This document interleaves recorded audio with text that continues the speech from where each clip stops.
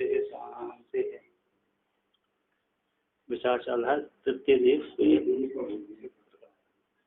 56वां श्लोक चलेगा। ओम नमो नमः। कहो तो कहते हैं यहाँ पर परोक्ष ज्ञान से क्या हो जाता है। परोक्ष ज्ञान से दो फल है ना, परोक्ष और अपरोक्ष ज्ञान के। बोलते असत्व अपादक जो आवरण है, असत्व का आह्वान न होना है ना, ब्रह्म नहीं है, इस प्रकार का जो है, जो हेतु था, आवरण था, अज्ञान का कार्य था, तो उससे परोक्ष ज्ञान से वो निवृत्त हो जाता है और अपरोक्ष ज्ञान से आह्वान का निवृत्ति हो जाती है। ऐसा बतलाया है कि नहीं। अब कहते हैं किस अंश से किसकी निवृत्ति होती है।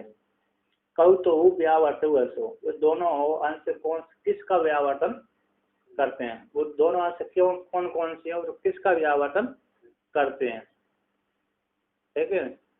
तो कहते हैं व्यावर्तन तत्व पद का, तत्व पद को बदलाने वाले, तत्व त्वम, तत्व शब्द से ईश्वर आ गए और त्वम पद से जीव आ गया। इन दोनों को अंशों को व्यावर्तन करके शुद्ध ब्रह्म रूप करने में 80 पद के द्वारा एकता हो जाती है।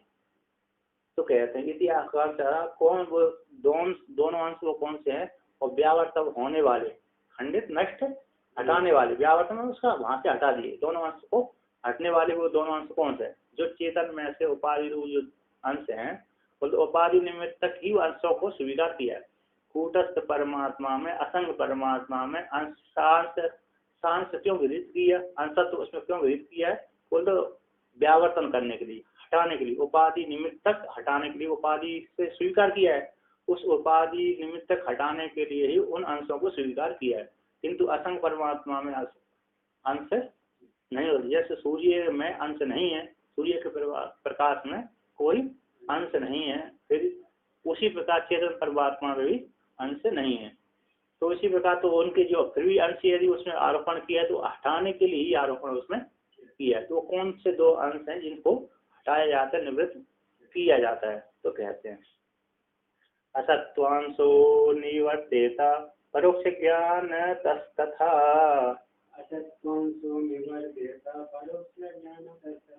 अवहानांश निवृत्ति ही स्यात् अपरोक्ष धिया कृता। बोलते असत्व अंश की निवृत्ति हो जाती है परोक्ष ज्ञान से।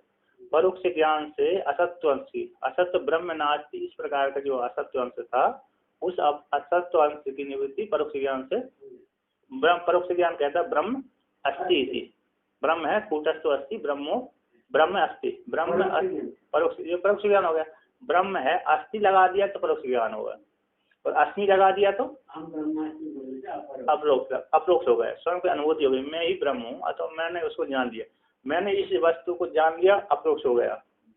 हम लगा दिया, अस्मि जोड़ दिया तो अपरोक्ष हो गया, और अस्थि लगा दिया, तद का रूप कर दिया हमने, तब हम अस्मद शब्द को छोड़ करके, अस्मद को और इदम शब्द को छोड़ करके दूसरे सर्वनाम शब्द जोड़ दिए, क्या हो जाएगा, वो परोक्ष ज्ञान को वही तो हो जाएंगे।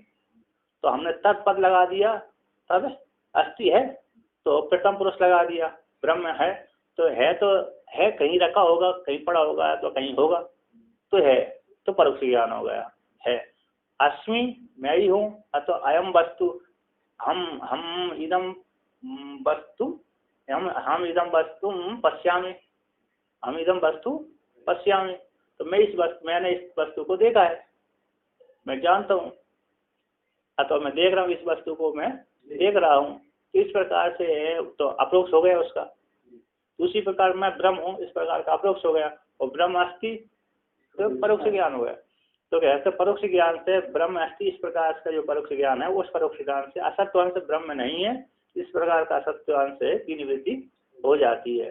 वो कहते हैं आह्वान अंश निवृत्ति शायद अपरोक्ष दिया करता, और अपरोक्ष ज्ञान से, अपरोक्ष बुद्धि से, अपरोक्ष ज्ञान से ब्रह्म भाषित नहीं होता है। जो अपरोक्ष जो आह्वान अंश था उसकी निवृत्ति हो जाती है, हम ब्रह्मास्मि, मैं ब्रह्म हूँ, इस प्रकार के ज्ञान के द्वारा आह्वान ब्रह्म न भाति, इस अंश की निवृत्ति हो जाती है। तो कहते हैं इस प्रकार से एक परोक्ष ज्ञान से असत्व अंश की और अपरोक्ष ज्ञान से आह्वान अवहानापादक, अवहानापादक आवरण की निवृत्ति, अवहानापादक है और असत्वापादक है। इस प्रकार से वो असत्वापादक भी बोलते हैं और अवहानापादक बोलते हैं। अवहान का आपादन न होना, अवहान का भान न होना, भान का न होने वाले को आपादन प्रतिपादन करना, और असत्वांश पादक असत्वांशा पादक है। तो असत्वांश का प्रतिपादन करने वाला, यदि सत्य नहीं है, ब्रह्म नहीं है, ये नहीं है, तो असत्वांश का प्रतिपादन उसने कर दिया। और अवहानापादक मतलब ब्रह्म भाषित नहीं हो रहा, इसका प्रतिपादन देख नहीं रहा तो नहीं है, प्रकाश नहीं है तो इसलिए नहीं है। ये दो आवरण है, अवहानापादक आवरण और असत्वापादक आवरण, अवहानापादक आवरण और असत्वापादक आवरण। इसी को इस प्रकार से शब्दों से अभिव्यक्त करते हैं। रूप उसमें है ना, किसमें, अरे विचार चंद्रोदय में, विचार सागर में, विचार इसी के उन्होंने कर दिया है, उन्होंने ऐसे बोला है, तो इसमें भी बोलते हैं कहीं कहीं ये शब्दों का प्रयोग करते हैं, अवहानापादक आवरण और असत्वापादक आवरण। ये दोनों अंशों की निवृत्ति हो जाती है परोक्ष ज्ञान और अपरोक्ष ज्ञान से। तो आगे कहते हैं अपरोक्षत्वेन ग्रहण योग्य विषयम परोक्ष ज्ञानम भ्रमो न भवति इति एतद् दृष्टांत प्रदर्शनेन अपि दृढ़यति दस्मयति। बोलते अपरोक्ष रूप ज्ञान से अपरोक्ष हो गया, ऐसे अपरोक्ष ज्ञान के द्वारा ग्रहण के योग्य जो वस्तु है, ग्रहण के योग्य जो वस्तु है, उस वस्तु परोक्ष ज्ञान है, उस परोक्ष ज्ञान को भी परोक्ष ज्ञान भ्रम वाला नहीं होता। यदि इस प्रकार से जो ज्ञान है वो इसको ज्ञान को परोक्ष ज्ञान को भी एतद है जो परोक्ष ज्ञान उसको दृष्टांत प्रदर्शन के द्वारा दृढ़ पूर्वक बता दृढ़ यदि करते हैं कि परोक्ष ज्ञान में भ्रम ज्ञान नहीं होता। तो कहते हैं यहाँ पर दस्मोस्ति विभ्रांतम परोक्ष ज्ञान मीक्षते,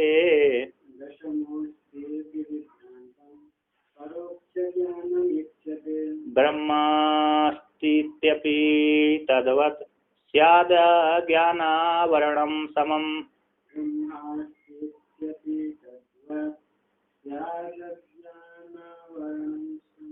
कहते हैं दसवां अस्थि इस प्रकार से, दसवां व्यक्ति है इस प्रकार से, पहले जब तक नहीं था दसवां, पहले भी था, ज्ञान होने के पहले भी था और ज्ञान न होने से पहले भी, ज्ञान होने के बाद तो है ही और ज्ञान होने से पहले भी था। कहते हैं दसवां अस्थि इस प्रकार से जो ज्ञान है वो परोक्ष ज्ञान हो जाता है।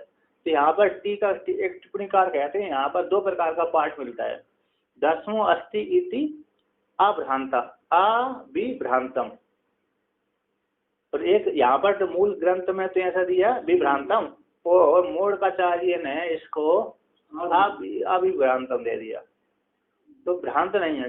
टीकाकार ने फिर अविभ्रांत ही करा है, टीकाकार ने तो कैसा किया है अविभ्रांतम। तो यहाँ पे अविभ्रांत करने से वहाँ पे एक अनुष्टुप छंद में भंग नहीं होगा, अनुष्टुप छंद भंग नहीं होगा, क्योंकि इक्वेंसी हो गई ना, जो टी पूरा था उसको आकार में जोड़ गया, इक्वेंसी हो गया, क्या हो गया, इसलिए वो छंद भंग नहीं होगा। कहते हैं दसवां अस्थि इस प्रकार से जो भ्रांत नहीं है, ऐसा भ्रांत से पहले भ्रांत था तब भी था दसवां व्यक्ति, तो दसवां व्यक्ति तो कब तक भ्रांत था तब भी था, और भ्रांत नहीं है तब भी। एक नंबर टिप्पणी में दे दिए, हाँ वो पाठ दिया है, मतलब ये पाठांतर है, मूढ़काचार्य मतलब जो नीचे की टीका है ना, मूढ़काचार्य के द्वारा लिखी गई है, ऊपर की टीका है रामकृष्ण के द्वारा लिखी गई है। मूढ़क में तो ऐसा पाठ दिया और ऊपर वाले में ऐसा पाठ दिया, लेकिन अविभ्रांत करने से ज्यादा है। हाँ अविभ्रांत है, अच्छा तो टीकाकार ने भी अविभ्रांत ही किया है, अभ्रांत तो ऐसे इसी रामकृष्ण टीकाकार ने भी अविभ्रांत ही किया, लेकिन पाठ ऐसा दिया है इन्होंने, ऐसा हो सकता है लिखने में भ्रांति हो गई होगी, पहले जिसने राइटर ने लिखा होगा ना इसके द्वारा गलती हो गई होगी, इसलिए यहाँ पर टिप्पणीकार ने दे दी, किंतु नीचे के टीकाकार ने ठीक लिखा। तो कहते जो दसवां व्यक्ति है ऐसा जो अविभ्रांत था, तो भ्रांत था पहले तब भी दसवां व्यक्ति तो था ही, और भ्रांति जब निवृत्त हो गई तब भी वो 10वां व्यक्ति है। ऐसा 10वां अस्थि इस प्रकार का जो ज्ञान है विभ्रांत से रहित परोक्ष ज्ञान ईक्षित, उस ज्ञान को क्या बोलते हैं? परोक्ष ज्ञान कहते हैं। उसी प्रकार जिस प्रकार से ब्रह्म अस्थि उसी प्रकार से ये भी कैसे परोक्ष ज्ञान है। तो तद्वत स्याद अज्ञान आवरण समान, जैसे अज्ञान का आवरण है ना 10वां पुरुष और ब्रह्म में दोनों ही आवरण समान है। जैसे 10वां अस्थि इस प्रकार से जो ज्ञान होता है भ्रांति होने के बाद में अभ्रांत पुरुष को 10वां व्यक्ति है, 10वां है व्यक्ति। पहले भ्रांति था तब तो उसको नहीं थी, तब तो रो रहा था। 10वां व्यक्ति नहीं है, मर गया, तब तो क्या रो रहा था? भ्रांति के द्वारा रो रहा था। अब आप तो पुरुष ने बोल दिया 10वां व्यक्ति है तो भ्रांति उसकी संतोष होगा, वो भ्रांति निवृत्त हो गई। तो भ्रांति से रहते ऐसे पुरुष को 10वां व्यक्ति है इस प्रकार से परोक्ष ज्ञान उसको हो जाता है। किंतु उसको परोक्ष ज्ञान हो जाने के पश्चात भी उसने देखा नहीं कि 10वां व्यक्ति है। उसी प्रकार जीव को बता दिया क्या है? ब्रह्म अस्थि है, ब्रह्म अस्थि इति। तो ब्रह्म है इस प्रकार परोक्ष ज्ञान उसको भी साधक को बता दिया। इसी तत्व जिस प्रकार से 10वें व्यक्ति में 10वां व्यक्ति है इस प्रकार का है जो अज्ञान का आवरण था, अज्ञान आवरण था, उसी प्रकार अज्ञान आवरण हट जाता है। 10वें पुरुष में जैसे 10वें पुरुष का 10वां व्यक्ति है इस वाक्य से द्वारा ही उसका आवरण हट जाता है। अर्थ ब्रह्म नहीं, 10वां व्यक्ति नहीं है इस प्रकार से जो अज्ञान का आवरण था वो 10वां व्यक्ति है इसके द्वारा हट जाता है। उसी प्रकार ब्रह्म नहीं था, ब्रह्म नहीं है, ना भाति नास्ति, तो ब्रह्म नहीं इस प्रकार का जो अज्ञान था उस अज्ञान की निवृत्ति ब्रह्म अस्थि इस प्रकार के ज्ञान के द्वारा निवृत्ति हो जाती है। तो कहते हैं 10वां अस्थि इस प्रकार से जो ब्रह्म 10वें व्यक्ति में हो जाता ज्ञान होता है विभ्रांत अविभ्रांत पुरुष को उसी परोक्ष ज्ञान होता है। उसी प्रकार से ब्रह्म अस्थि इस प्रकार का ज्ञान साधक को हो जाता है। इस प्रकार से अज्ञान रूप आवरण दोनों में ही है, किसमें? 10वें पुरुष में भी है और ब्रह्म में भी, ब्रह्म को जानने वाले उसमें भी है। तो टीकाकार यहाँ पर कहते हैं 10वां अस्थि इति आप्तवाक्य जन्यम परोक्ष ज्ञानम अभ्रांतम यथा। तो बोलते 10वां अस्थि 10वां है इस प्रकार से आप्त के वाक्य से जन्य जो परोक्ष ज्ञान है वो कैसा है? अभ्रांत ज्ञान कहलाता है, अभ्रांत ज्ञान है। कहते हैं 10वां अस्थि इस प्रकार का जो ज्ञान है ना 10वां व्यक्ति ऐसा अभ्रांत ज्ञान है, पर अभ्रांत है, भ्रांति वाला ज्ञान नहीं है। वो अभ्रांत परोक्ष ज्ञान है, उसको आप तो परोक्ष ज्ञान भ्रांति से रहित परोक्ष ज्ञान उसको कहते हैं। किसके द्वारा? आप्त वाक्य के द्वारा। आप्त वाक्य के द्वारा जो कहा गया कि 10वां व्यक्ति है, तो इस प्रकार से उसका जो आप्त वाक्य का जो वचन है, आप्त वाक्य का जो वचन है वो वचन अभ्रांति वाला है, भ्रांत ज्ञान उसका नहीं है। तो बोलते हैं 10वां अस्थि आप्त वाक्य से जन्य परोक्ष ज्ञान जो है वो अभ्रांत ज्ञान है। तथा कहता है जिस प्रकार से 10वें पुरुष में जो आप्त वाक्य से जन्य उत्पन्न होने वाला ज्ञान अभ्रांत होता है, उसी प्रकार ब्रह्म अस्थि इस प्रकार से ब्रह्म है इस प्रकार के वाक्य से जन्य ज्ञान है वो भी अभ्रांति होता है। तो तद्वत उसी के समान 10वें व्यक्ति के समान ही ब्रह्म अस्थि इस प्रकार से शास्त्र के द्वारा जो कहा गया कि ब्रह्म है, अथवा आप्तवाक ने कह दिया कि आप्त पुरुष ने कह दिया ब्रह्म है। पहले तो नहीं भाषित हो रहा था, इसी ब्रह्म बोल दिया उसने, नहीं है, नास्ति ब्रह्म नास्ति, किंतु आप्तवाक ने कहा ब्रह्म है। भाषित भी होता है और है भी। इस ऐसे वाक्य और शास्त्र के द्वारा श्रवण हो जाने से उसकी जो परोक्ष ज्ञान उसको हो जाता है। तो वो भी तो कैसे अभ्रांति वाला ज्ञान होता है। तो इस कहते हैं तो इसको बोलते हैं तो अभ्रांत ज्ञान है। उसी प्रकार से 10वें व्यक्ति का जो ज्ञान अभ्रांत है, आप्तवाक से जन्य कि उससे उत्पन्न होने वाला वाक्य से जन्य उत्पन्न होने वाला ज्ञान है अभ्रांति वाला होता है। उसी प्रकार वेद और शास्त्र से उत्पन्न होने वाला जो ज्ञान ब्रह्म अस्थि इस प्रकार का ज्ञान भी कैसे है? अभ्रांत ज्ञान है, परोक्ष ज्ञान कहलाता है। और जो परोक्ष ज्ञान कैसे है? अभ्रांति वाला ज्ञान है, भ्रांति वाला ज्ञान नहीं है। तो कहते हैं अज्ञान कृत्य असत्व आवरण अंशस्य समत्वात्। अज्ञान कृत्य जो असत्व आवरण है, असत्व का आवरण रूप अंश है, उस अंश का तो दोनों में ही समान है कि नहीं? दोनों ने ही उसके स्वरूप को ढक लिया था, असत्व अंश को, स्वरूप को। अज्ञान कृत्य असत्व अंश है, अज्ञान का कार्य है, तो अज्ञान के कार्य के द्वारा उसके स्वरूप को ढक दिया। तो दर्शन व्यक्ति को और ब्रह्म के स्वरूप को ढक दिया था अज्ञान ने। अज्ञान के कार्य आवरण ने, असत्व अंश रूप कारण ने उन दोनों के स्वरूप को ढक लिया था। इसी उन दोनों व्यक्ति को नहीं दिख रहा था, बोध नहीं हो रहा था कि ब्रह्म है अथवा दर्शन व्यक्ति है कि नहीं है।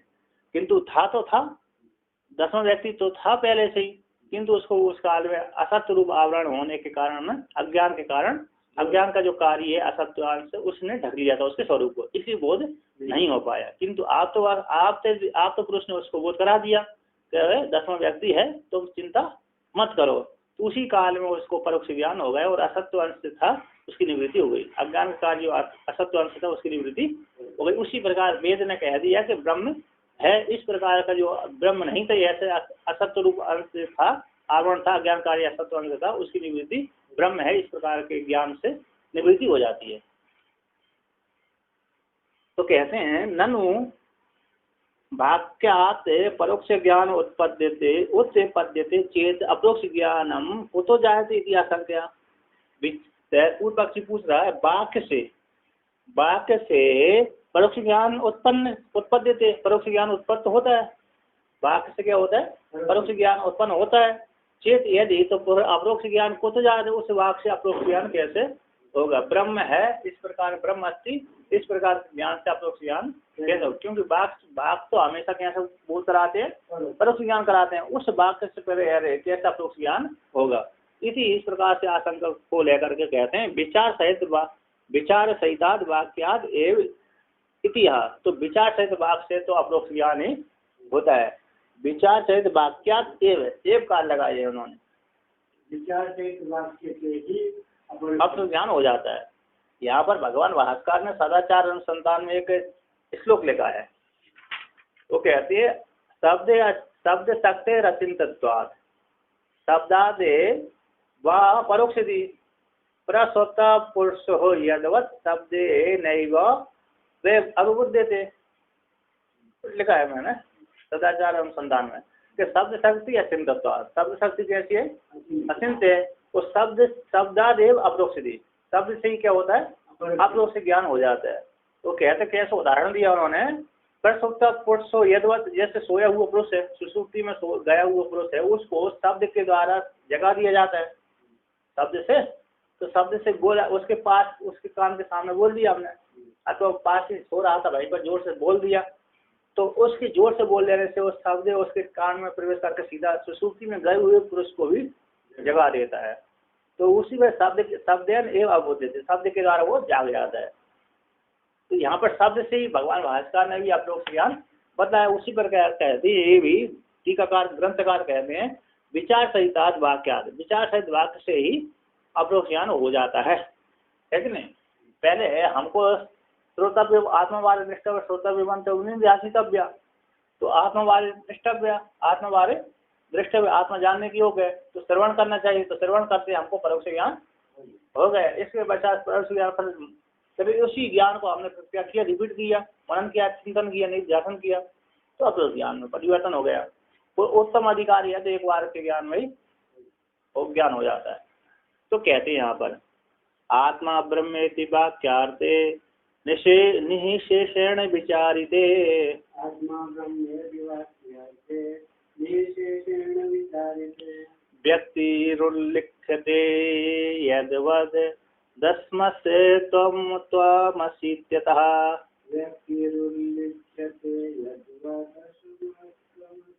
कहते आत्मा ब्रह्म, आत्मा ब्रह्म इति, आत्मा और ब्रह्म एक ही है।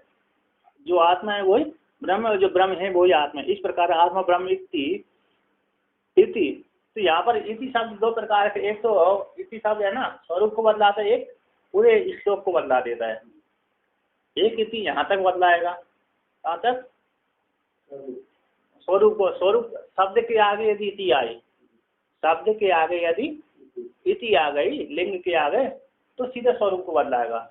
ओम इति, है ना, ओम इति ऐसा शब्द आ गया तो ओम के स्वरूप को बदला रहा है बस।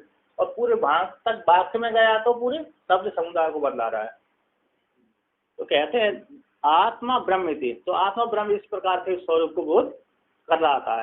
तो आत्मा और ब्रह्म इति वाक्यार्थ में उन दोनों के वाक्यों के अर्थ में। आत्मा का जो आत्मा रूप वाक्य उसका जो अर्थ है विषय, और ब्रह्म का रूप जो वाक्य उसका जो विषय है, इन दोनों के वाक्यों के अर्थ में निशेष रूप से विचार हो जाने पर कहते हैं पूरी तरह तात्पर्य पर्यालोचन के द्वारा विचार कर लिया। आदि में किया, अंत में मध्य में किया, अंत में प्रकरण के जैसे शुरू में प्रकरण कर दिया ईशावास्यमिदं सर्वम, इसके द्वारा कह दिया, बीच में उसी को और अनुभूति करा दी श्रुति ने, लास्ट में जो उसका उपसंहार किया वहां पर भी उसी का यही, जिसने जो आरंभ किया तो उसी का उपसंहार कर दिया। बीच में पर्यायवाची से दूसरी मतों को लेकर के वहां पर क्या क्या दिया और पुष्ट कर दिया। तो आदि का ग्रंथ, बीच का ग्रंथ और मध्य अंत का भी ग्रंथ को पर्यालोचन करके और दोनों एक जिसका आरंभ किया उसी का ही अंत कर देते हैं, उसी में अंतर्भूत कर देते हैं। तो वाक्य अर्थ के निश्चित रूप से पूर्व पर का विचार करके, पूर्व और पर, पूर्व में क्या कहा, पर में क्या कह रहा है, क्या कह रहा है, पहले क्या बोल गए शब्द और आगे क्या बोलने जा रहा है, इस प्रकार से वाक्य अर्थों में विचार करके कहते हैं निश्चित रूप से विचारित हो जाने पर वाक्यों के अर्थ को निश्चित रूप से विचार कर लिए जाने पर कहते व्यक्ति ही उल्लिखित, व्यक्ति का उल्लेख हो जाता है। हम ब्रह्मास्मि, ऐसा व्यक्ति का क्या हो जाएगा, मैं उल्लेख हो गया, मैं ब्रह्म जान लेता है, आप लोग से अनुभूति उसको हो जाती है। तो यह जो बात है दसमस्य तमसी इति अतः, जैसे 10वां व्यक्ति को जब तक 10वां अस्ति तब तक पर था, तो 10मस् तमसी, तो आप वाक ने कह दिया, आप तो पुरुष ने कह दिया 10मस् तमसी, क्या हो गया, 10 में तुम हो, तो उस 10 में तुम, तो तुम ही उस, तो 10वें व्यक्ति को उल्लेख कर दिया वहां पर वाक्य ने। आप तो पुरुष रूप जो वाक्य है उस वाक्य ने क्या कर दिया, 10वें व्यक्ति का उल्लेख कर दिया। उसी प्रकार यहाँ पर उसको साक्षात्कार, यदि व्यक्ति का उल्लेख किया, व्यक्ति का बोध कराया, उल्लेख बोध करा दिया, उसी समय उसको 10वें व्यक्ति को क्या हो जाएगा, ज्ञान हो गया। उसी प्रकार यहाँ पर वाक्य वेदांत शास्त्र के द्वारा आत्मा और जीव का, ब्रह्म और आत्मा का तत्व पदार्थ के द्वारा शोधन करके दोनों का एक हो गया, अति पद के द्वारा अथवा अस्मि पद के द्वारा, फिर अनुभूति हो गई हम ब्रह्मास्मि, मैं ब्रह्म, इस प्रकार का व्यक्ति का उल्लेख हो गया और अनुभूति साक्षात्कार हो गई। इसी को अप्रोक्ष ज्ञान कहते हैं। तो निशेष रूप से विचारित हो जाने पर व्यक्ति का उल्लेख हो जाता, अर्थात अप्रोक्ष ज्ञान की अनुभूति हो जाती है। जैसे 10वें व्यक्ति को अप्रोक्ष ज्ञान की अनुभूति और 10मस्तमसी इस वाक्य के द्वारा उसको अनुभूति हो जाती है, अप्रोक्ष अनुभूति हो जाती है। उसी प्रकार हम ब्रह्मास्मि इस प्रकार से ध्यान करके मैं ब्रह्म हूँ, इस प्रकार का उसको बोध हो जाता है। तो यहाँ पर टीकाकार आप कहते हैं अयम आत्मा ब्रह्म, ये आत्मा कैसा है, ब्रह्म है। इति बृहदारण्यक उपनिषद की श्रुति है। इसके पश्चात कहते हैं इति महावाक्यार्थे, इस महावाक्य के अर्थ को सम्यक विचार्यमाणे पूर्वमस्ति परोक्षे तया अवगतस्य, तो इस महावाक्य के अर्थ को सम्यक रूप से विचार किए जाने पर पूर्वमस्ति, पहले से ही पूर्वमस्ति परोक्ष ज्ञान, पहले तो उसने ब्रह्म अयम आत्मा ब्रह्म इस प्रकार से क्या जाना, परोक्ष रूप से उसने जाना ये आत्मा कैसे ब्रह्म है। तो पूर्वमस्ति, पूर्व में ही उसने परोक्ष रूप से जान करके परोक्ष रूप से अवगत से ब्रह्मण, पूर्व पहले तो क्या किया उसने, परोक्ष रूप से जान करके जो अवगत ब्रह्म है उसी अवगत ब्रह्म का पृथक अवन्यत्व साक्षात करते, फिर बाद में क्या कर लेते, विचार करके पृथक अवैध जो ब्रह्म है उसका साक्षात्कार कर लिया। पहले तो क्या करेगा, उसको परोक्ष ज्ञान होगा, अयम आत्मा ब्रह्म इस शब्द के द्वारा तो उसको क्या हो गया, परोक्ष ज्ञान हो गया। फिर उसका अशेष कहते हैं सम्यक विचार विमाण, सम्यक रूप से विचार किए जाने पर तो पहले परोक्ष ज्ञान से वही परोक्ष ज्ञान फिर अपरोक्ष ज्ञान में परिवर्तन हो जाता है। तो अवगत जो ब्रह्म है वह अवगत ब्रह्म का परोक्ष रूप से अवगत ब्रह्म है, परोक्ष रूप से अवगत ब्रह्म है, उस अवगत ब्रह्म का पृथक अवन्यत रूप से साक्षात्कार उसको हो जाता है जिसने विचार किया है। और जिसने विचार नहीं किया तो उसको तो ज्ञान है, सामान्य ज्ञान, उसको परोक्ष होगा, अपरोक्ष नहीं होगा, पूरी तरह से सामने अच्छी हाँ से विचार करने पर अपरोक्ष ज्ञान उसको हो जाएगा। तो विचार से वैराग्य चाहिए ना, जैसे कि किसी में तो विचार सामर्थ्य ज्यादा है, बुद्धि बड़ा सूक्ष्म है और बहुत अच्छा विचार कर लेता है, लेकिन पदार्थों में आसक्ति है तो फिर वो अपरोक्षा में नहीं हो सकता। अपरोक्ष आदमी वो भी नहीं, और जिसको मोक्ष की इच्छा नहीं है उसको भी नहीं होता। जिसको मोक्ष की इच्छा हो उसी को ये विचार उत्पन्न होगा। नहीं तो ऐसे शास्त्र से आपने जान लिया कि मैं ब्रह्म हूँ, ठीक जान लिया, जानने के पश्चात तो आपको ज्ञान तो हो गया, लेकिन जो आपको अज्ञान की निवृत्ति करने वाला ज्ञान है अपरोक्षानुभूति नहीं कराएगा, क्योंकि आपने और आगे प्रयत्न उसका नहीं किया। हाँ, यदि इसी ज्ञान से आप संतुष्ट हो गए, कर्ता भोक्ता आप नहीं मानते अपने को, तब तो कोई बात नहीं, आपको पक्का हो गया है कि नहीं। अब यदि आपको कर्ता भोक्ता मानते हैं, थोड़े से सुख में सुखी हो जाते हैं, थोड़े से दुख में दुखी हो जाते हैं और कोसते रहते हैं, दूसरे भगवान को कोसते रहते हैं कि मैंने तो अच्छे कर्म किए थे, खराब कर्म को दंड क्यों मिल रहा है, तो इससे सिद्ध होता को ज्ञान नहीं हुआ। हाँ, यदि आप नहीं कोसते कि हाँ जो भी मिला मेरे पूर्व के प्रारब्ध कर्म थे वो मिल रहा है, मैं नहीं भोग रहा हूँ, मैं नहीं भोग रहा हूँ, और भोगने वाला कौन है, अंतकरण के धर्म है, मेरे में सुख दुख नहीं है। इस प्रकार के यदि आप निरंतर चिंतन होता रहेगा और ईश्वर को कोई आरोप नहीं लगाओगे तो आपको ज्ञान पक्का हो गया तो हो जाएगा, है कि नहीं। इसी प्रकार से विचार चिंतन करना है, चिंतन करते करते वो हो जाता है, पक्का हो जाएगा। मोक्ष की अभिलाषा होना। हाँ, मोक्ष की अभिलाषा, मोक्षित और कर्तव्य तो अपने को ना माने। ज्यादा मोक्षित होने से बहुत ज्यादा वैराग्य हो जाता है। ज्यादा मोक्षित है तो पर व्यक्ति असंग छोड़ देता है, संग छोड़ देता है और असंग होकर के रहता है, तो उसको जल्दी हो जाता है। उसको पूरी की साधना ऐसी रही थी, वो उसने अब भोगों की इच्छा नहीं है, उसको डर लगता है भोगों से, तो अब वैराग्य उसको हो जाता है। जैसे एक बार व्यक्ति पुलिस थाने में चला गया, किसी चोरी में पकड़ा गया, चाहे जानबूझ करके किसी जन्म के कर्मों के कारण आता, पर लोग के पूर्व के जन्मों के कारण पुलिस ने पकड़ लिया, पकड़ करके वहां पर उसकी धुलाई कर दी। अब धुलाई को स्मरण करते करते फिर कभी भी चोरी करने के लिए अथवा गलत कार्य करने के लिए वो प्रवृत्त नहीं हो। जानता कि यदि दोबारा पकड़ा गया, गलत काम करूंगा और पकड़ा गया तो भयंकर पिटाई हो गई, भयंकर पिटाई मेरी हो गई। पहले की वो पिटाई को स्मरण करके फिर बाद में सदर के सावधान हो जाता है।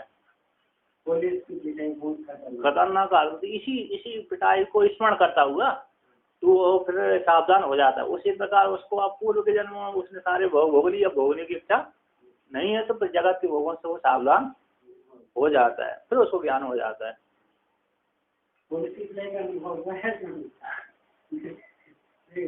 टीवी में तो देखा ही है हमने, फिल्म में देखी तो है। तो जेल गए तो उनके साथ संबंध थोड़ी हुआ है अपने, जो पिटने वाले दो प्रकार से जेल जाते हैं ना व्यक्ति, हर कोई थोड़ी। अरे सामान्य व्यक्ति केस लड़ दिया, सामान्य व्यक्ति गया झगड़ा में, तो उसको पुलिस थोड़ी मारती है, पुलिस तो उसी को मारती जो उसने लड़ाई झगड़े की और झूठ बोल रहा है, ये दूसरे अपराध किया उसने। अब आपसी के झगड़े में चला गया, उसको 2-4 डंडा दे भी छोड़ जाओ, डंडा तो नहीं, कभी कभी पुलिस भी डर जाती, क्यों मार रहे हैं, ऐसे नहीं, पुलिस भी डर जाती, वो भी तो कारण से डरती होगी। यहाँ पे एक बार मर्डर हुआ था कहाँ पर? आश्रम में। हाँ, एक मास्टर किसको मार दिया था। हाँ, तो उसको पकड़ कर ले गई, उसको पिटाई थोड़ी करी होगी, घर ले जाकर तो पिटाई नहीं की होगी, मालूम नहीं, वो बाबा था इसलिए नहीं करी होगी। मैं सनका हुआ दिमाग था उसका, सनका हुआ दिमाग था। और तो यहाँ से मार करके वहाँ पीछे जो है ना कुटिया है, तो नाले के उस पर अभी वो आश्रम बन गया, वहाँ पर जान के बैठ गया था कुटिया में जाकर के, कुटिया में जाकर तो बैठा था, ध्यान कर रहा था वो तो। और क्या ध्यान कर रहा था वो तो ध्यान कर बोले वो तो सबके सामने मारा ना। हाँ, सबके सामने मारा था उसको। फिर कौन? अरे सब्जियां मनिया कर रहे थे सारे, तो सब्जी 4-5 मिलकर साथ महात्मा सब्जियां मनिया कर रहे थे, तो यहाँ से चिढ़ा देते ना ये लोग, महात्मा लोग एक दूसरे को चिढ़ा दिया उसको कि किसी ने बोली काटो, काटना नहीं बोलते, अमनिया करना बोलते, अरे काटो काटो काटो ऐसा बोलता, उसको चिड़ होगी उससे। पहले का टेंशन वाला था वो महात्मा, वो उससे मजाक करता था, वो मजाक उसको अच्छी नहीं लगी, तो काटो मत ही, मैं काटूंगा, काटो काटो, वो क्या अवनिया करो, कोई क्या है काटो। तो उसमें उसको चिड़ हो गई, जिससे चिड़ हुई थी उसी को, तो देखो मैं अब काटना बताता हूँ, सिखाता हूँ। गया अपनी आसन पे लाया छुरा, आसन से ऊपर इतना बड़ा छुरा ले आया हूँ, वो पास में रखता था वो, लाया, लाता था सीधा पीछे, बताया नहीं किसी को, अथवा लाया भी लड़ रहा होगा तो किसको मालूम कि मारने आ रहा है, मजाक अलग अलग होती है। और पास में आया सीधा घूम दिया उसने। अरे महात्मा तो सभी यमन यही कर रहा था, गया अपने आसन में, सभी यमन छोड़ करके आसन पे गया, अपने आसन पे से छुरा लेके आया और आकर के लेकर के आया और सीधा बाबा में घूम दिया। अरे पीछे बैठा था यहाँ से यहाँ, और बैठे रहते हैं, उसी आकर के बैठ दिया, घूम दिया।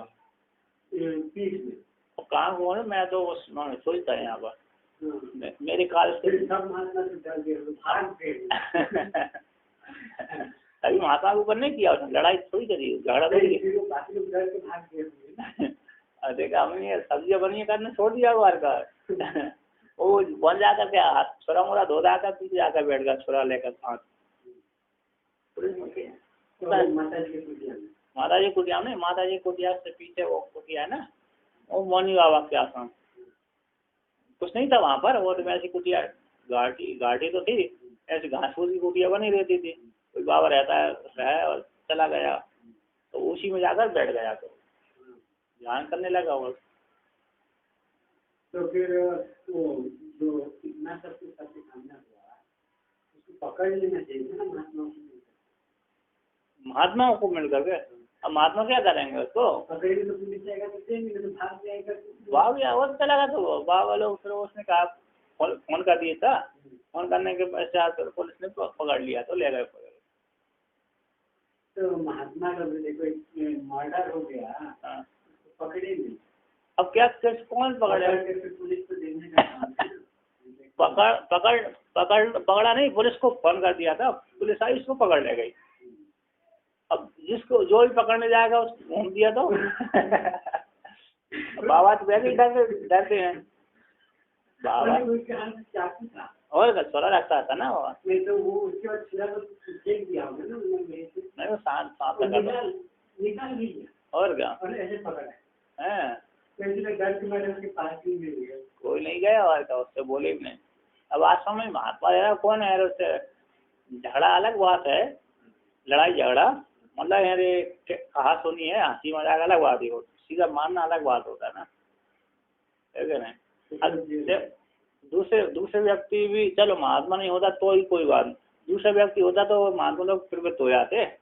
और वैसी बाबा था वो भी, ये भी बाबा वो भी बाबा है, तुलसी वो बाबा होके चक्कर में जहाँ का भी वो टेंशन वाला था वो अकेला।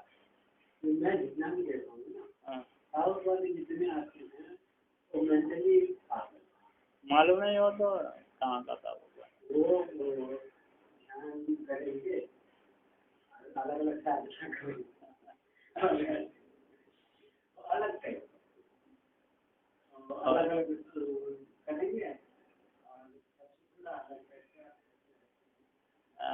ऐसा ही है।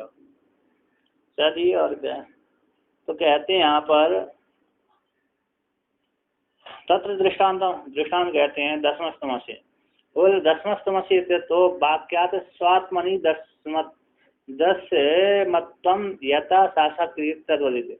दशमस्तम से तो वाक से स्वात्मा में ही दशमत्व को जिस प्रकार साक्षात्कार किया जाता है, उसी प्रकार हम ब्रह्मास्मि इस वाक्य के द्वारा भी क्या हो जाता है, स्वयं की आत्मा का साक्षात्कार हो जाता है।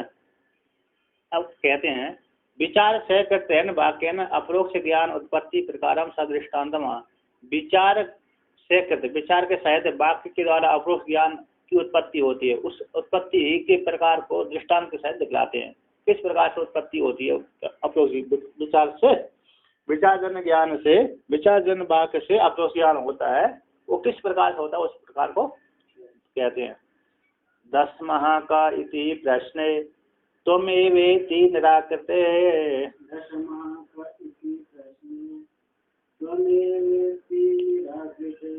गणयित्वा स्वेन सह स्वमेव दशमं स्मरेते।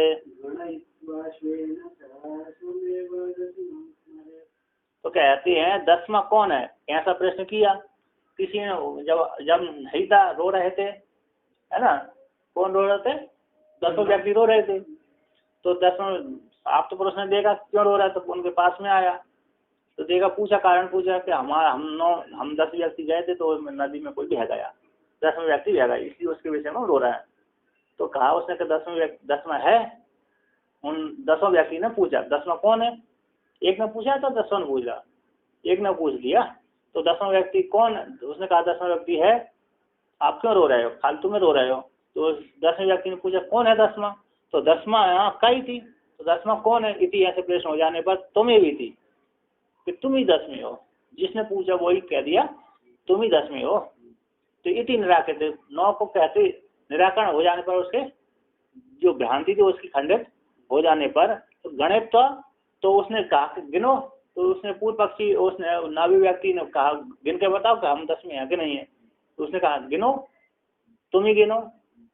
तो उस गिनने लगा स्वयं, 1 2 3 4 5 6 7 8 9 तक गिन पाया। तो क्या 10वें तुम ही है।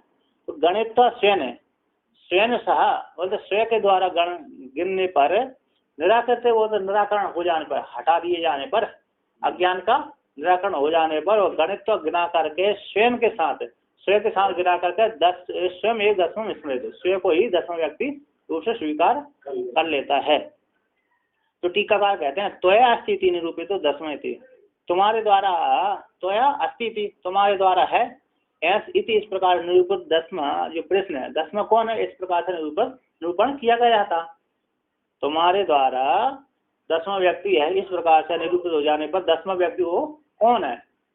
आप तो आपने कहा, आप तो उसने कहा 10वां क्यों रो रहा है, तो कहा हम इसलिए रो रहे हैं, तो नदी में भेगा 10वां व्यक्ति, कहा 10वां व्यक्ति है। तो उन्होंने पूछा 10 व्यक्तियों ने कि आपने कहा 10वां व्यक्ति है, तो तुम्हारे द्वारा बताया गया कि 10वां व्यक्ति है ना, निरूपण किया गया है, तो बताओ कौन है वो 10वां व्यक्ति। ऐसा प्रश्न हो जाने पर कृत्य, ऐसा प्रश्न की प्राप्ति हो जाने पर, तो कहते हैं कृत्य, प्रश्न की प्राप्ति हो जाने पर तस्य तुम एव इति परिहारे अभिहिते, बोलते तुम, उसके ऐसे कहने पर तुम एव परिहारे यानी अभिहिते स्वात्मना सह इतरा न वा गणित हम 10वां इति अस्मि इति स्वयं एव 10वां स्मृत इत्यर्थ। बोलते तस् उसका 10वें व्यक्ति का तुम ही, आप तो पुरुष के वाक्य का लेकर के 10वां है तो हुआ था तस् उस आप वाक्य का तुम ही हो, कहते तुम ही 10वें व्यक्ति हो। इस प्रकार से परिहार हो जाने पर कथित अज्ञान का निवृत्ति हो गई, अज्ञान की निवृत्ति और अभिहित 10वें व्यक्ति का बोध करा, खत्म कर दिया। परिहार हो जाने पर, अभिहित कही जाने पर, स्वात्मा स्वयं के द्वारा ही, स्वयं के साथ ही इतना नवा, इससे जो 9 को स्वयं के साथ 9 व्यक्तियों को गिन करके कहता है, 9 को उसने गिना पहले, वो 10वें व्यक्ति का नंबर आया तो कहता है हम 10वां अस्ति, हम, उसने आप तो वाक ने कह दिया तुम ही 10वें है। आप तो वाक ने तो क्या कह दिया, आप तो पुरुष ने तो तुम ही 10वें हो। तो उसने गिना 1 2 3 4 5 6 7 8 9, तो 9 तक तो गिन लिया, 9 के साथ तो स्वयं को गिना तो कहता हम 10वां अस्मि, तो मैं, है ना, हम 10वां अस्मि, मैं 10वां व्यक्ति हूँ। इस प्रकार से स्वयं को ही 10वें स्मरण, स्वयं को क्या बोलता है, 10वां रूप से स्मरण करता है। उसी प्रकार जब वो ब्रह्म, आप शास्त्र ने बदला दिए ब्रह्म अस्ति, अयम आत्मा ब्रह्म है, अयम आत्मा ब्रह्म, इस प्रकार परोक्ष ज्ञान होगा। फिर इस पूरा पर्यालोचन करके निध्यासन करके का हम ब्रह्मास्मि, अपरोक्ष ज्ञान हो जाता है। तो कहते हैं तुम्हें वेदी परिहार, अज्ञान का परिहार हो जाना, कथन किया अभी उपसर्ग होगा ही धातु है ना, कौन सी है वो आपके आगे ये है ना, परिहार हरण का हिरी हरण है, परिहार में तो हिरी हरण है, और ये कथित हुआ। तो अभी उपसर्ग ही धातु आती है, कौन सी धातु है, सार्थमक कथा निष्ठा प्रत्यय करने के बाद आकार को इकार हो जाता है ना।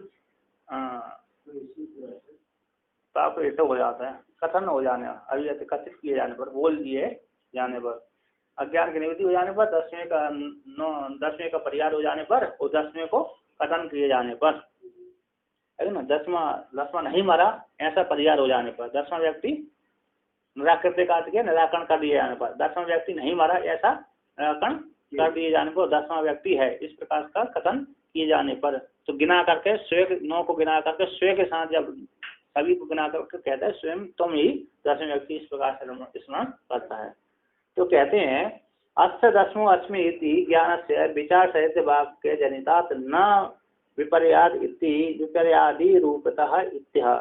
बोलते हैं अस्य इस वाक्य का, इस वाक्य का ज्ञान का 10वां अस्मि इति अस्य ज्ञान का वाक्य रूप वाक्य से जन ज्ञान का विचार सहित वाक्य से उत्पन्न होने के कारण, विचार के सहित वाक्य से उत्पन्न होने के कारण 10वां है, 10वां व्यक्ति है विचार सहित ज्ञान का।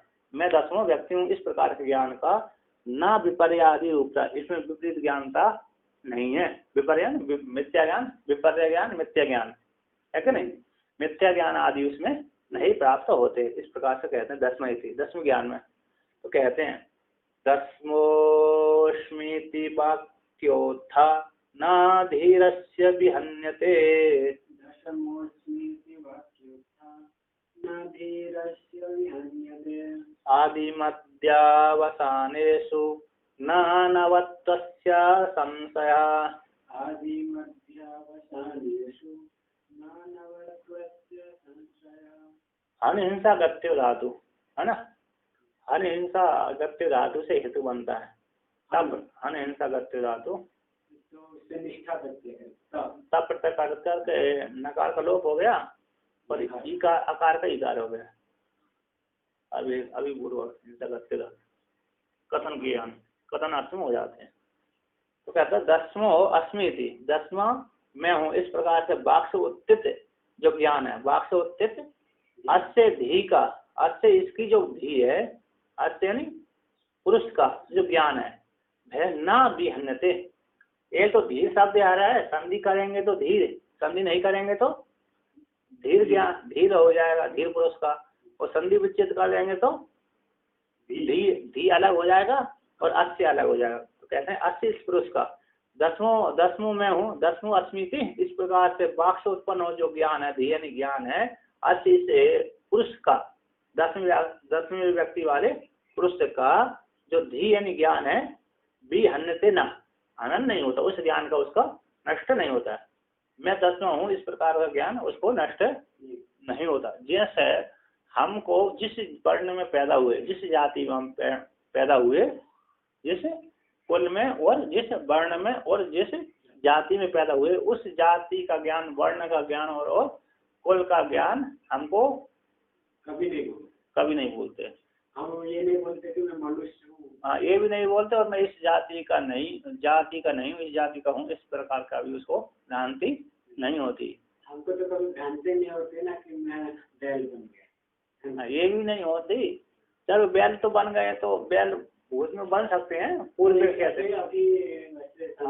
नहीं, संशय नहीं होता।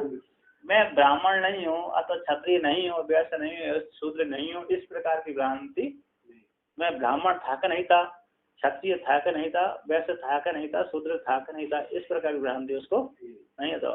चाहे स्मरण करे चाहे न करे, कई 100 वर्ष तक स्मरण भी ना करे, तब भी उसके बाबा बनने के पश्चात भी उसकी जाति उसको मालूम रहती है।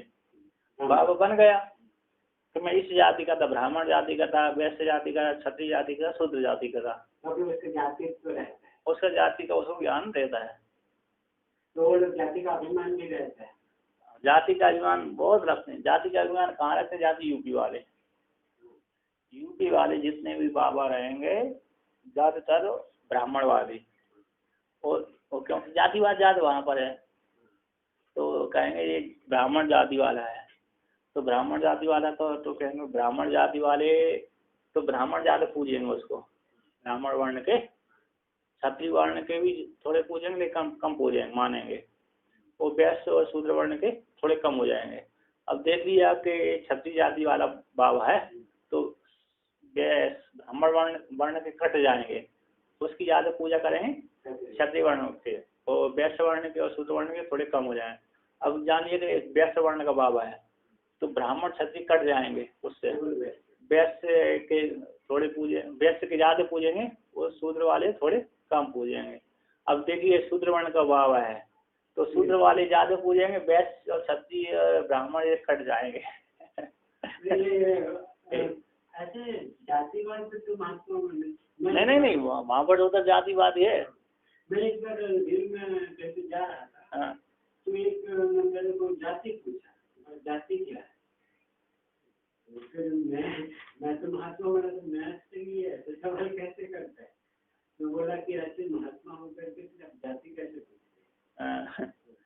कहाँ पूछा था? हाँ, जाति होता है मेरे को गुजरात में। अच्छा, जाति होता है, जाति का अनुसार कर सकते हैं, जाति वाति नहीं बताते। जाति नहीं है हमारा, अब जाति ब्राह्मण में, क्षत्रिय में, वैश्य में, शूद्र में, सबसे ऊपर हो गए। तो बोलो नहीं वो कुछ, फिर वो ऐसी जाति बताएंगे तो जाति में अभिमान होगा ना? जाति में नहीं, जाति में कहेगा अरे उस जाति वाला होगा तो आपको खूब मानेगा, और दूसरी जाति वाला होगा ना तो कहेगा ये तिरस्कार कर देगा, अरे इस जाति वाले, जिस जाति वाले का है ये बात है। जाति आप ब्राह्मण ऐसी जाति बताने नहीं चाहिए। एक बार मैं गया अरे कानपुर से ऊपर गंगा किनारे जा रहा था, एक कुटिया में गया था, मैं बुलाया था एक महात्मा जी ने, तो उसके पास में गया तो मैं गंगा किनारे जा रहा था, एक दंडी सन्यासी मिला, उसी आश्रम में गया। मैं बुढ़ा हो गया था, वो तो दंडी सन्यासी था। उसने कहा आओ आई प्रणाम किया मैंने, प्रणाम करने के पश्चात फिर जाने लगा तो उसने पूछा किस जाति के हो? मैंने किस हरिजन जाति का हूँ। हरिजन जाति का। तो फिर जाते वक्त मैं प्रणाम करा, उसने तो प्रणाम ही नहीं मेरे से करवाया। मैं पैर उसके पढ़ने जा रहा था, मैं शुरू में गया था उसके पैर पड़े थे मैंने छू करके, तब उसने कोई विरोध नहीं किया। बाद में उसने पूछा किस जाति के हो? हरिजन जाति का हूँ। हरिजन जाति का हूँ तो उसने कहा हरिजन है नहीं हरिजन, ऐसे हटा लिया होगा। तो जब जाते वक्त मैं उसको प्रणाम करने लगा, छूने लगा पैरों, तो मतलब सिकोड़ लिए, मतलब स्पर्श नहीं करने दिए। मैं समझ गया था अभी तो हरिजन शूद्र में वर्ण करते हैं। हरिजन कह दिया, हरिजन मतलब शूद्र वर्ण वाले, तो ऐसे वर्ण में आते हैं हरिजन नहीं जाति। तो उसने घटा ही नहीं पाया, मैंने हरिजन मतलब शिव जाति वाला बोल दिया। हरिजन शिव, तो शिव जाति वाला मैं हूँ। अच्छा, आपने हरिजन शिवजन, जैसे कभी कभी शास्त्र में हरिजन आएगा ना, तो हरिजन से वहाँ पर जाति नहीं आएगी। हरिजन मतलब हरि संबंधी उपासना वाले भक्त, और हरिजन मतलब शिव संबंधी उपासना वाले भक्त। तो उसमें हरिजन मतलब चमार में गिनती जानते हैं लौकिक में। हरिजन मतलब शूद्र चमार। तो फिर उसने आपसे खूब तिरस्कार नहीं किया, मैं तो जा ही रहा था, तो मैं वो प्रणाम करने लगा, प्रणाम करके जा रहा था, प्रणाम नहीं, उसने स्पर्श नहीं करने दी। बाद में सुबह स्पर्श कर लिया था मैंने। तो वो कितना जातिवादी है? तो मतलब यूपी में थोड़े ज्यादा वादी हो, अब घर छोड़ दिया उन्होंने। अब हरिजन मैं हरिजन हूँ तो क्या अब वो है ना ब्राह्मण है ना। हरिजन हो, सब ब्राह्मण हो, क्षत्रिय हो, वैश्य हो, शूद्र हो, कोई बात नहीं। जब आपने बोल लिया तो जाति क्यों बताना है? आचार्य जी को बताते हैं, नहीं बताता। और ब्राह्मण है ना, बताते नहीं होंगे। एक बार बताया तो यारे तो वहाँ पर वो बनती है दंडी स्वामी, तो कहते हैं घर से निकल कर हम बाण पर धारण करते हैं और वहाँ पर जाते हैं। कहाँ पर? अरे नैमिषारण्य में बहुत सन्यासी है वहाँ पर। तो कहते हैं घर से छोड़कर, तो बाद में सन्यास ले लेते हैं, तो कहते हैं ए बाज से ए तिवारी बोले कौन करता है ए तिवारी इधर आइए, ए वाजपेयी इधर आइए, ए चतुर्वेदी द्विवेदी इधर आइए। तो सारे जाति बोलते हैं, जबकि सारे सभी ने संन्यास ले लिया, दंडी स्वामी बन गए। दंडी स्वामी बनने के पश्चात जाति का ही नाम उच्चारण करते हैं। अब दंडी स्वामी बनने के पश्चात अपना जो गुरु ने नाम दिया हो उसका उच्चारण करिए, लेकिन नहीं छोड़ते हो। कहते हैं दंडी से हम जानते हैं कि आजकल सन्यासी, दंडी सन्यासी जो होता है वो ब्राह्मण ही होता है ज़्यादातर, 80%, 90%। ऐसे एक हो गया था, एक महात्मा था, उसका नाम शिवानंद है, और उसको किसी जगह पे भेज दिया। तो वहाँ पे भक्तों ने ना, हरियाणा के भक्तों ने उसको पूछा कि आप कहाँ से गए, सबने घर का नाम बता दिया, कौन सा जिला है वो बता दिया, पूरा उसके माँ बाप का पूरा डिटेल बता दिया, उनसे जाति बता दिया, घर का नाम भी बता दिया, स्कूल का नाम सब बता। ये तो सब गुरु जी ने सब बदल दिया था। एक दिन गुरु जी के आश्रम में आए, यहाँ पे उनको भेजा था। गुरु जी बोले उसको बुलाए शिवानंद को, कौन शिवानंद? अच्छा वो मंटू वो मंटू जो हरियाणा का है, जो करनाल जिले का, और जो पहले खेती करता था, उसकी बीवी को छोड़ दिया था, उसका पूरा फुल गुरु ने उसको बहुत डांटा, तूने उनको क्यों बताया ये सब? तो ऐसे तो बोलेगा तो तेरा क्या इज्जत होगा? और नहीं बताना चाहिए, कुछ भी नहीं बताना, कुछ भी नहीं बताना।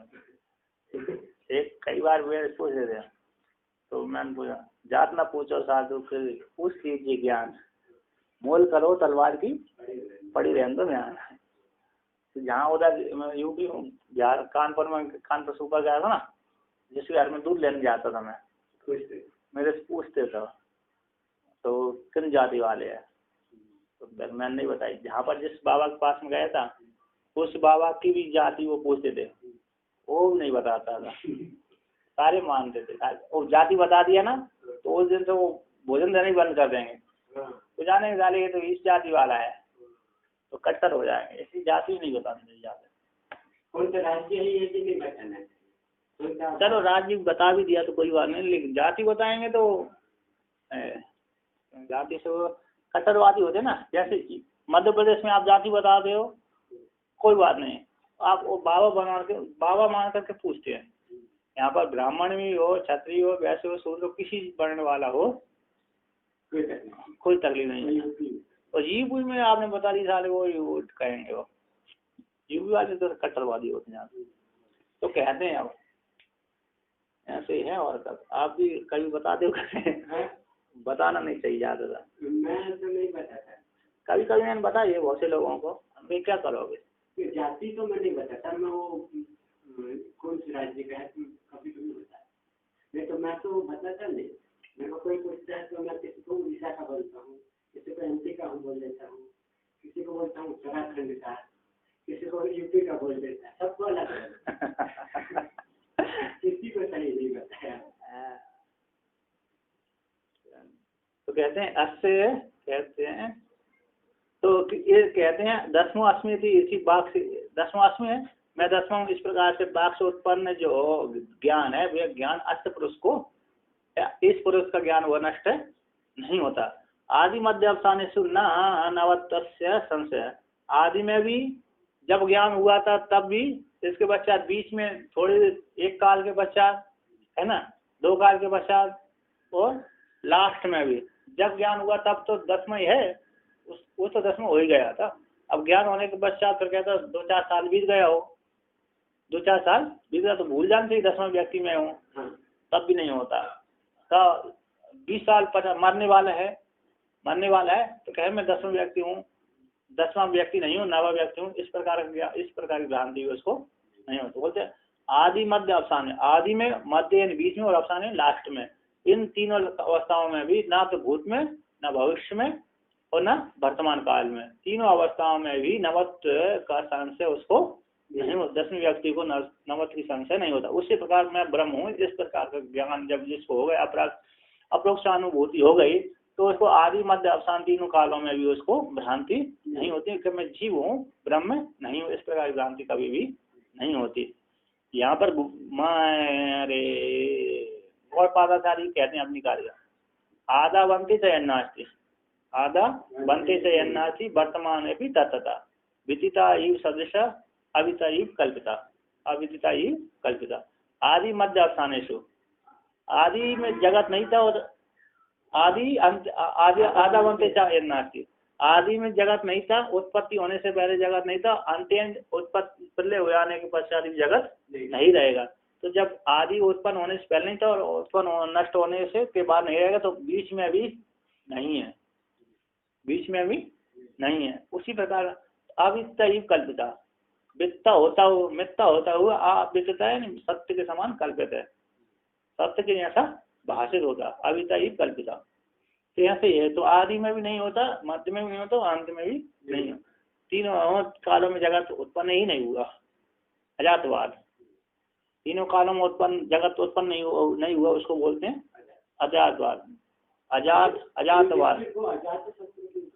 अजात शत्रु उसका अर्थ होता है जिसका कोई शत्रु नहीं हुआ, अर्थात पहले उससे कोई पैदा नहीं हुआ, उसके पहले कोई पैदा नहीं। युधिष्ठिर के दुर्योधन के पहले पैदा हो गया था, उसका राज छिन गया इसी मजबूरी में। युधिष्ठिर के पहले दुर्योधन के पहले कौन उत्पन्न हो गए थे, इसलिए वो तो अजात शत्रु था। कौन उत्पन्न होते ही पहले शत्रु उसका विद्यमान हो गया युधिष्ठिर। किंतु युधिष्ठिर का अजात शत्रु इसलिए था कि उसका कोई शत्रु नहीं था, क्योंकि उसका राज छीनने का कोई डर नहीं था। जो उस बड़े पुत्र को राजगद्दी मिलती थी, वो अयोग्य हो गया तब है, लेकिन जो राजा की संतान होती है वो प्राय योग्य ही होती है, जो बड़ी होती है वो प्राय योग्य ही होती है, कभी ऐसा नहीं होता कि अयोग्य हो।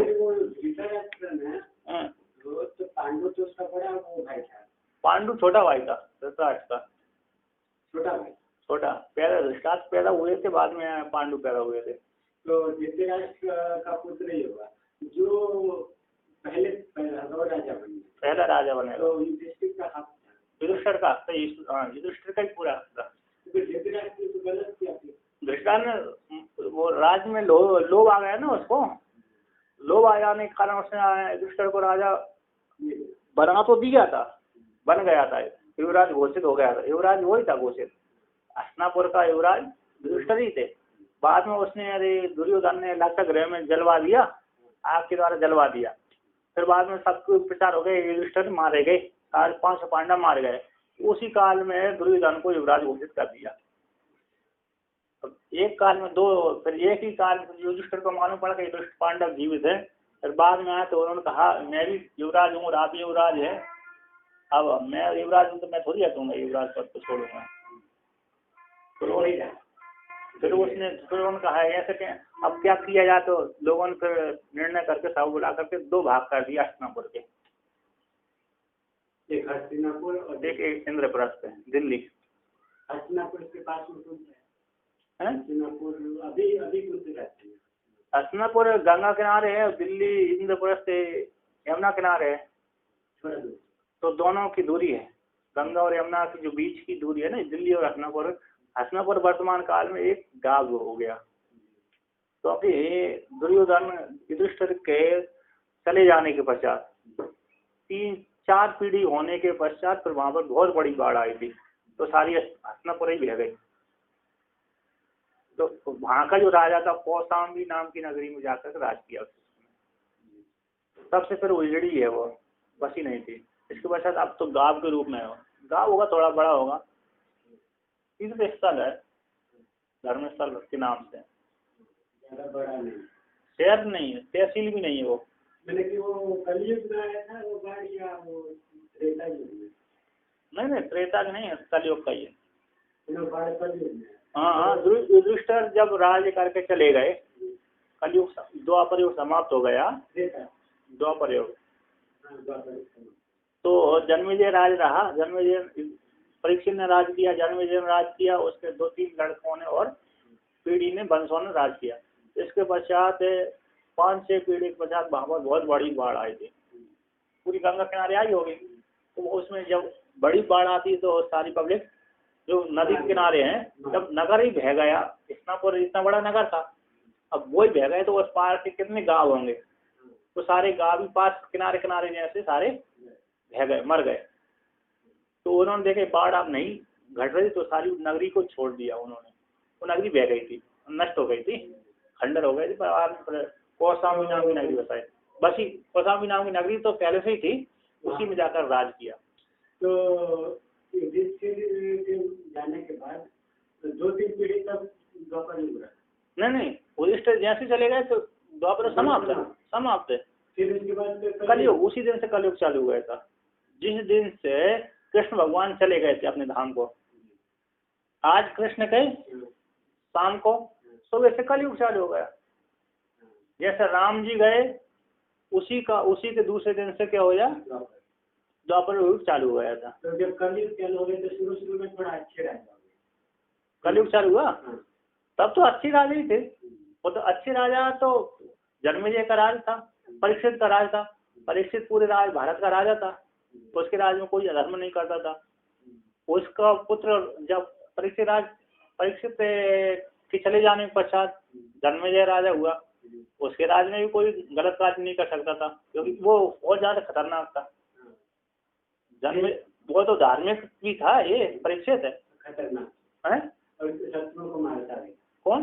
दुष्टों को मारता है। दुष्टों, जन्मेजय तो और भी ज्यादा मतलब वो था, स्वतंत्र शासन वाला था। जन्मेजय का हाथी ऐसा करते हैं, जनान एजेति कंपेटेति जन्मेजय, जो शत्रुओं को कपा दे। और राजा परीक्षित के राज में तो सारे शत्रु मारे गए थे जो अधर्मी थे। उसके बाद जन्मेजय के बाद तो उसके पुत्र हुए, पर उसका फिर इतिहास में वर्णन आता है। फिर उसके बाद मैंने कि उसके कितने पीढ़ी के बाद फिर वो विक्रमादित्य अशोक, वो तो अशोक हुए जब एक विक्रम युधिष्ठिर। तो जन्मेजय की कितने बाद अशोक, कितने समय बाद? जन्मेजय के अशोक हुआ 2000 वर्ष बाद। जन्मेजय गया 2000 साल, 3000 वर्ष बाद आया। 3,500 वर्ष से 2800 वर्ष बाद अशोक सम्राट गौतम बुद्ध पैदा हुए। जन्मेजय के कहो अथवा युधिष्ठिर के कहो, 3000 वर्ष के बाद 2500, 2600, 2700, 2800 वर्षों के बाद ये पैदा हुए थे बुद्ध भगवान। बुद्ध के 300 वर्ष बाद अशोक सम्राट पैदा हुआ था। तो इतिहास में सब पूरा वो होगा क्या वर्णन है? पूरा वर्णन है, यहाँ तक मुसलमानों तक, अंग्रेजों तक वर्णन रहता है। अंग्रेजों के पश्चात भविष्य पुराण में सब में रहते, श्रीमद् भागवत पुराण में वर्णन कर देते हैं, अन्य वंशावली कर देते हैं। भविष्य पुराण में मैंने पढ़ा था। भविष्य पुराण में तो बहुत सी कथा भी दे देते हैं, बहुत सी कथा दे देते हैं वहाँ पर। आला उधर भी पुराण में खरीदा छोटा वाला उसमें तो नहीं दिया है, तो बहुत बड़ा है पुराण। इतना बड़ा है भविष्य 4 खंडों में, जो जिसने टीका दी वो 4 खंडों, कितना बड़ा होगा। ऐसे 24,000 श्लोक हैं, जो 25,000 उसके। लेकिन यहाँ हमारे लाइब्रेरी में तो नहीं, हमारी लाइब्रेरी में या दूसरे में यहाँ पता लगाया। भागवत में होगा ना, भागवत में वर्णन है ना वंशावली का। श्रीमद् भागवत महापुराण के जब वंशावली है उसमें वर्णन है। कलयुग का जैसा वर्णन करेंगे ना, जहाँ पर कलयुग का वर्णन करते वहाँ पर वंशावली का वर्णन कर देते हैं।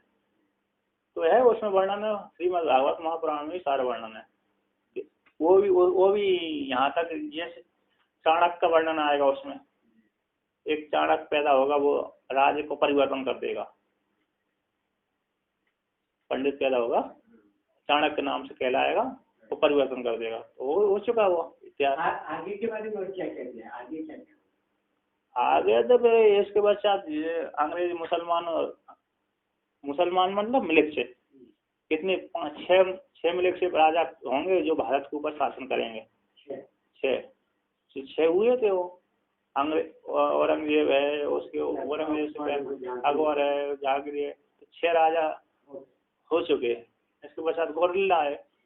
गोरिल्ला के पश्चात तो भारत ऐसे मौन राजा है। मौन वर्तमान काल का जो राज चल रहा है, मौन राज, मतलब कोई राजा का नाम नहीं है। 5 साल राज करो, 10 साल राज करो, भग जाओ। दम नहीं है ना राजाओं में। पहले के राजाओं में दम था, अंग्रेजों तक भी दम था। अंग्रेजी काल में जो राजा होते थे वो भी उससे सामर्थ्य वाले होते थे। ऐसे महालक्ष्मी रानीबाई, लक्ष्मीबाई, झांसी की रानी लक्ष्मीबाई, और भी कितनी बलवान थी। उससे पहले के सारे राजा बलवान ही होते थे, चाहे मुसलमान कहो चाहे कोई कहो। तो अभी मौन चल रहा है, मौन मतलब निश्चित नहीं। तो ये भी कितना साल तक चलेगा? ये तो चलेगा बहुत वर्षों तक, 1000, 10, 20,000, 40, 50, 60,000। तो दूसरी सृष्टि होती है। 1-2 हजार साल तक? नहीं, हजारों, 10, 20, 40, 50,000 बदलता रहता, परिवर्तन होता रहता है। तो फिर आगे और कौन कौन से लोग ज्यादा है? मिलेट्सों का प्रभाव ज्यादा रहेगा आगे पूरे भारत में, पूरे संसार मिलेट्समय रहेगा। पूरा भारत भी मिलेट्समय हो जाएगा। भारत ही। सनातन धर्म वाले कोई नहीं? सनातन धर्म वाले बचेंगे, हिंदू ब्राह्मण क्षत्रिय शूद्र सारे रहेंगे, बढ़ने वाले सारे रहेंगे थोड़े। लेकिन जो ब्राह्मण होगा वो सिर्फ जनेऊ से पहचाना जाएगा कि जनेऊ धारण करता है वही ब्राह्मण कहलाएगा। चोटी की जरूरत नहीं, चोटी जनेऊ जो धारण करेगा वो ब्राह्मण कहलाएगा, अतः जनेऊ से पहचाना जाएगा। तब लोग ज्यादा हो जाएंगे। मिलेक्स मतलब ये है कि जो ब्राह्मण ही ऐसा मिलेक्स जैसा कार्य करने लगेंगे, हिंदू ही। मैंने ऐसे तो नहीं, ऐसे होगा ना जो मुस्लिम और ईसाई है पूरा फैल जाएंगे मुस्लिम बनाएंगे। नहीं, वो भी फैल रहे हैं, तो हिंदू भी फैले होंगे, लेकिन वो मिलेक्स जैसा आचरण करेंगे।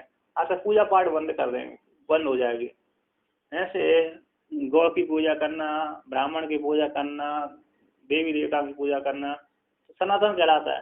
अभी पूजा पाठ बंद हुए, जैसे अपनी मर्जी के अनुसार काम करना, जब चाहे सब सोना, जब चाहे जब उठना, ये वो नियम नहीं रहेगा। शास्त्र का जिसके ऊपर नियम नहीं रहता, शास्त्र के अधिकार से जो भार हो जाता है वो मिलेक्स कहलाता है। पैसे लोग ज्यादा होते हैं, ऐसी की बहुलता रहेगी, काम प्रधान रहेगा, अर्थ प्रधान, काम प्रधान, बस मोक्ष प्रधान, साधना प्रधान नहीं रहेगा। साधना करने वाले सिर्फ थोड़े लोग हैं, साधना करने वाले बस गिने चुने रहते हैं, और फिर ज्यादा लोग मिलेक्स में। जैसे अभी साधना, अभी तो खूब चली साधना। अभी कहाँ कौन साधना करते हैं? अरे अभी तो बहुत करते हैं, अभी तो बहुत करते हैं साधना। अभी तो हर कोई पूजा पाठ करता रहे, थोड़ा थोड़ा भजन करते हैं। अभी तो और ज्यादा और प्रभाव, नेट का प्रभाव पड़ेगा तो और साधना बंद होगी, कम होगी, तो ही रहेगा। अभी तो जैसे बाबा बनना कम हो गया, नेट ने बाबा बनाना कम कर दिए और ज्यादा नेट हो गया तो पूरी आसक्त हो गए, तो और लोगों में संस्कार दब जाएंगे। लेकिन बीच बीच में संस्कार उजागर होते रहते हैं लोगों के, क्योंकि प्रकृति का विधान है। प्रकृति के विधान होने के कारण नेट में तो बाबा लोगों के बारे में उल्टा सीधा। अब लिखने से कुछ नहीं होता, लिखने से परिवर्तन होता हुआ प्रकृति परिवर्तन। बाबा लोग, एक बाबा क्या कर रहा था, हिंदू लोगों ने बोला कि आप लोग क्यों मांस खाते, तो फिर वो लोगों ने क्या किया, एक फोटो डाला।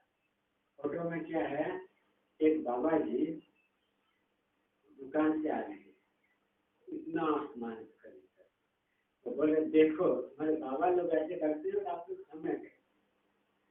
इनको पहले समझाइए आपके बाबा लोग, फिर बाद में हमसे बात करें। और कई बाबाओं का उल्टा सीधा वीडियो देखते हैं कि बाबा लोग क्या क्या कर रहे हैं। बाबा ऐसे कर रहे हैं, उसका वीडियो बनाते हैं, डालते हैं। बाबा लोग को बहुत आजकल बदनाम हो रहा है।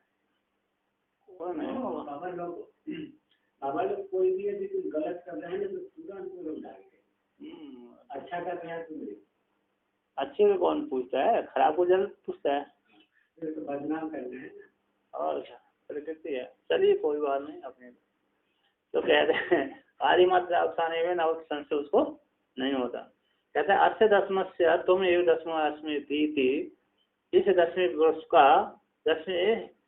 का है ना, तुम एक दसवें थी, इस प्रकार तुम ही दसवें, ऐसे 10वें पुरुष का इति वाक्य से परिगणना आदि लक्षण विचार सहित उत्पन्न, तो उसी वाक्य से जन्म परिगणना आदि लक्षण विचार से उत्पन्न दसवों में हूँ, इस प्रकार से उसके संशय नहीं रहता।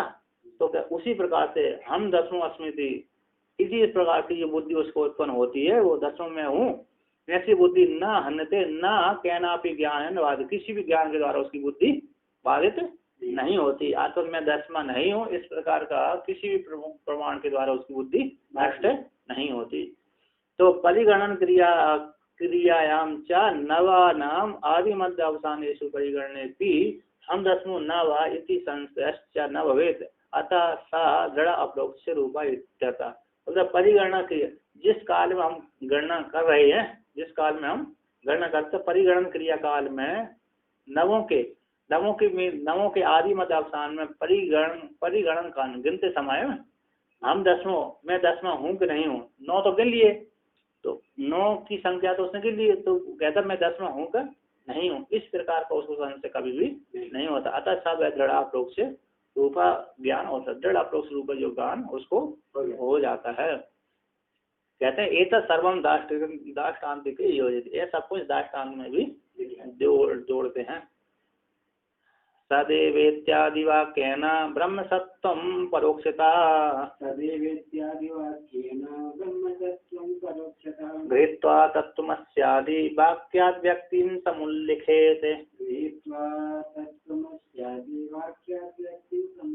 कहते हैं सदैव सत ही रही, सदैव स्वामी इदम अग्रे आसीत, हे स्वामी इस सृष्टि से पहले सत ही था।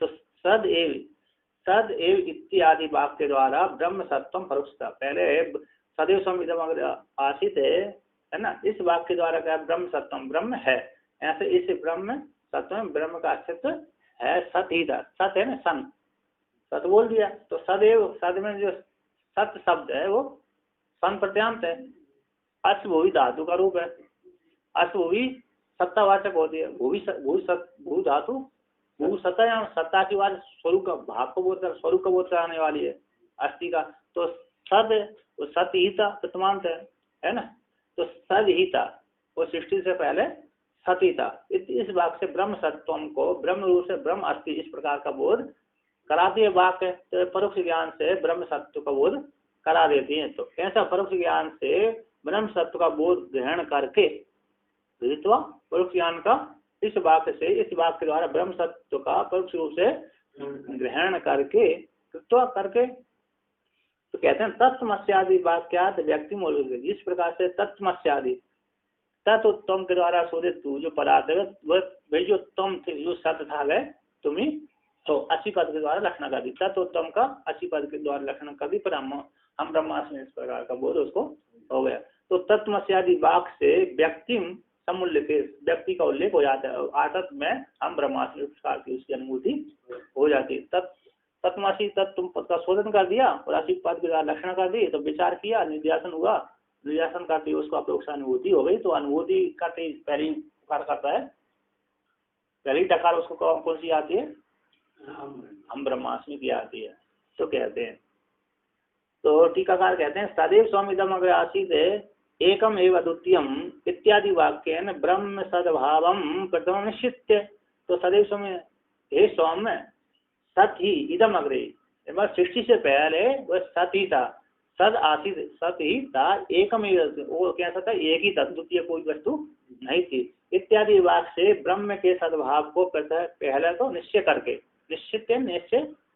तत्से उसी ब्रह्म निश्चय करके उसी वाक्य के द्वारा ब्रह्म सत्य का निश्चय करके जीव रूपेण प्राविशद प्रवेश आदि युक्ति पर्यालोचनाया प्रत्यक रूपत्वम संभाव्य तत्वमसि इत्यादि वाक्यन अद्वितीय ब्रह्म रूपम आत्मानम हम ब्रह्मास्मि साक्षात कुर्यात्।